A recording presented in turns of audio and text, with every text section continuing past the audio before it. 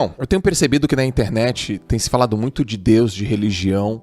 Qual é a tua posição? É porque eu tô enviesado? É porque a internet tá propagando mais isso? É porque eu tô prestando mais atenção? Ou é porque, sei lá, parece que tá um... Vou até colocar em aspas, um hype agora falar de Deus. O que tá acontecendo é o seguinte. Tem um lado negativo e positivo, eu vou explicar os dois. Nós estamos numa geração que prosperou muito, uma geração que conquistou muitos objetivos. Pô, a gente viveu o que nossos pais jamais sonharam em viver. Jamais. Quantas vezes você viajou de avião, foi para lugares que seus pais não puderam ter isso? E não é questão financeira, era questão de mentalidade, de uma geração que não tinha realmente essa mobilidade que a gente tem. Então a gente está vivendo uma autodescoberta muito grande, uma autorrealização muito grande. E aí, vivendo isso, a gente descobriu que existia um vazio.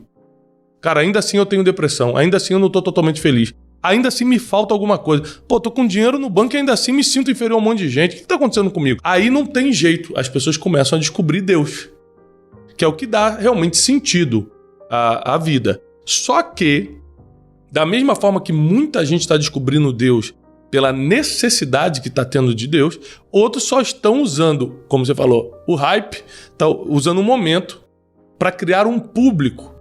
Porque nada mais fácil do que você criar um público que está em profunda necessidade. Então, quando você vai falar de uma coisa que o público está numa profunda necessidade e você tem uma solução que não precisa de formação acadêmica, não precisa de histórico, não precisa de nada. É só você falar, Deus é a solução. Pronto, você já tem um público. Você tem 1 milhão de pessoas que querem escutar sobre isso. Então, muitos impostores, é claro, é normal, em qualquer segmento, né, em qualquer viés, viram os impostores. Tem gente que só usa Deus para atrair público, às vezes não é nem para ganhar dinheiro. Tem gente que para ganhar dinheiro, tem gente que é só para atrair público mesmo, porque o lance do like na internet está muito ligado à aceitação, né? Você não tem um abraço, às vezes, nem do teu pai, mas 100 likes na internet para você, tô me dando bem na vida, né? Você não é aceito pelas pessoas que importam, mas a internet, ela te dá essa morfina de você se sentir bem por um tempo. E por isso que tá essa guerra, né? As meninas com 12, 13 anos, elas se sujeitam, vou ficar seminua e vou dançar no TikTok pra ser aceita. Sim. Com 12 anos de idade. Isso era um problema que geralmente dava na juventude. As mulheres e os homens começavam a não se sentir aceitos e faz qualquer coisa pela aceitação. Tá cada vez ficando mais precoce isso. Então, a necessidade de Deus é muito grande na nossa geração, porque a gente tentou outras coisas primeiro. Porque, por exemplo, tem um versículo bíblico que as pessoas não entendem muito, que diz assim, ó, é mais fácil um camelo passar pelo buraquinho da agulha do que um rico entrar no reino dos céus. Jesus falou isso. Aí você acha que Jesus está condenando a riqueza, e não está. Porque na Bíblia tem vários milionários e bilionários. Sim. Ele está condenando o seguinte, ó, geralmente quando você fica com muito dinheiro e alguém seu fica doente, ao invés de você orar, que é a conexão que a gente tem com Deus, você vai tentar gastar dinheiro para resolver primeiro. Se você tem um problema com alguém, você primeiro vai no melhor advogado antes de ir em Deus. Então é quando você bota alguma coisa na frente de Deus, não é que você não vai fazer o resto. Certo. Se eu tive um problema jurídico, eu vou resolver com o advogado. Se eu tive um problema de saúde, eu vou resolver no médico. Mas primeiro, eu vou buscar Deus, que é o versículo que diz, buscai primeiro o reino de Deus e a sua justiça e todas as outras coisas serão acrescentadas. Então o que está acontecendo é muita gente buscando a Deus por necessidade. E outra coisa, antigamente os evangelistas católicos, evangélicos, pregavam nas esquinas, nas praças públicas e não convenciam as pessoas como hoje, sem pregação, estão sendo convencidas. Hoje em dia eu tenho amigos que me escutam falar sobre Deus sem eu nunca ter pregado para elas. Eu não sou um evangelista, eu não fico, Joel, você tem que ir na igreja, tá? Joel, olha só, você tem que ler isso aqui. Eu não sou um evangelista.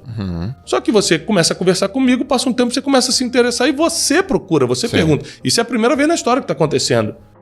As pessoas estão buscando Deus.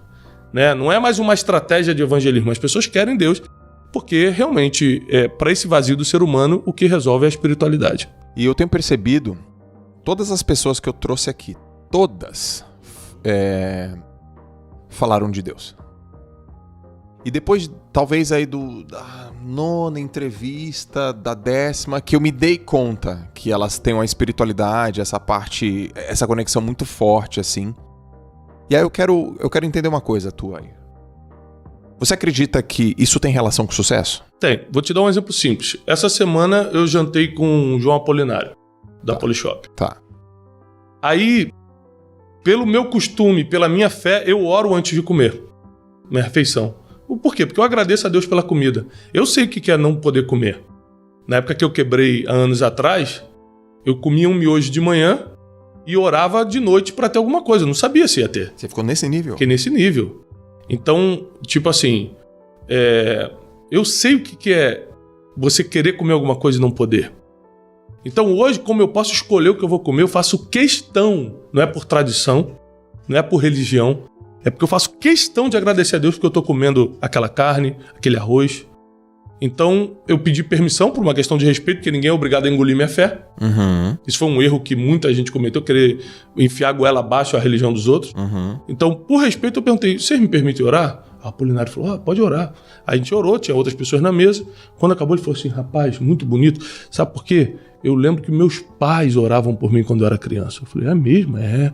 Meus pais me levavam na igreja. Nossa fé era muito grande dentro de casa, nós éramos evangélicos e tal. E aí eu vi o seguinte, por mais que hoje ele não declare a fé, todo mundo que tem sucesso parte de um princípio de fé. Principalmente quem veio do nada, quem não é herdeiro. Se você conversar com o Flávio Augusto, nosso amigo em comum, você pergunta pra ele, Flávio, nos bastidores, ele não fala muito em público, mas até para aumentar a audiência do podcast, eu vou contar uma coisa só de bastidor. Se você perguntar para ele por que você virou o Flávio Augusto, ele vai falar, cara, foi a minha fé em Deus. É foi mesmo? Isso, essa é muito bastidor, hein? Essa é muito bastidor. Ele não fala isso em público, né? Valeu, Flávio. Qualquer coisa... Valeu, Flávio. É isso aí. E a gente...